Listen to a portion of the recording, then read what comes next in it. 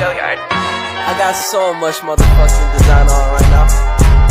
Break it down, bring it back, make it clap. I got 3 old thoughts, new guap, where that thing, bitches on my line, and you know they come straight. Baik, kita masuk pada topik yang pertama, yaitu pengertian desain organisasi. Apa sih pengertian dari desain organisasi?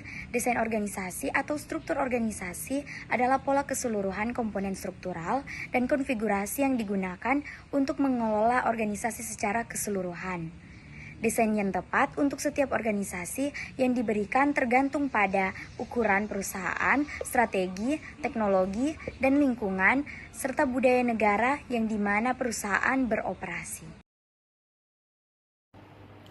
Desain global yang diadopsi oleh setiap perusahaan harus berurusan dengan kebutuhan untuk mengintegrasikan 3 jenis pengetahuan guna bersaing secara efektif dalam lingkungan bisnis internasional, yaitu A. Area pengetahuan. Manajer harus memahami kondisi budaya, komersial, sosial, dan ekonomi negara tuan rumah pada setiap pasar di mana perusahaan melakukan bisnis. B. Pengetahuan produk. Manajer harus memahami faktor-faktor seperti tren teknologi, tuntutan kebutuhan pelanggan, dan persaingan yang memengaruhi perusahaan dalam memproduksi dan menjual produknya. C. Pengetahuan fungsional.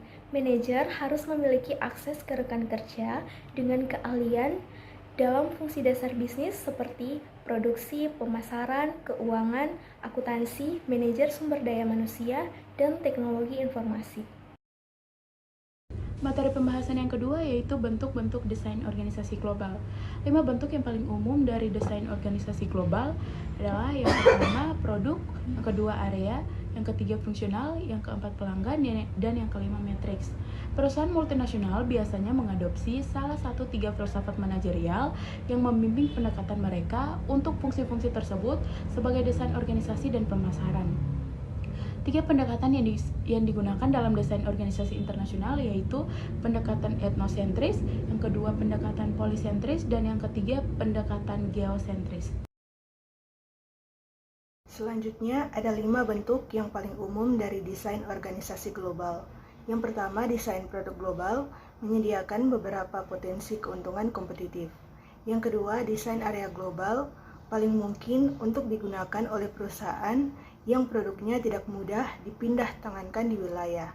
Yang ketiga, desain fungsional global digunakan oleh perusahaan multinasional yang memiliki lini produk relatif sempit atau serupa. Yang keempat, desain pelanggan global berguna ketika berbagai kelompok pelanggan yang ditargetkan oleh sebuah perusahaan sangat beragam, seperti memerlukan pendekatan pemasaran yang benar-benar berbeda. Dan yang kelima, desain matriks global. Sebuah perusahaan dapat membentuk kelompok-kelompok produk tertentu yang terdiri dari anggota dari departemen fungsional yang sudah ada. Fungsi pengendalian dalam bisnis internasional. Fungsi pengendalian dalam bisnis internasional merupakan proses pemantauan kinerja yang sedang berlangsung dan membuat perubahan yang diperlukan untuk mempertahankan organisasi bergerak menuju kinerja. Nah, ada 3 tingkat dalam pengendalian dalam bisnis internasional, yaitu strategis, organisasional, dan operasional.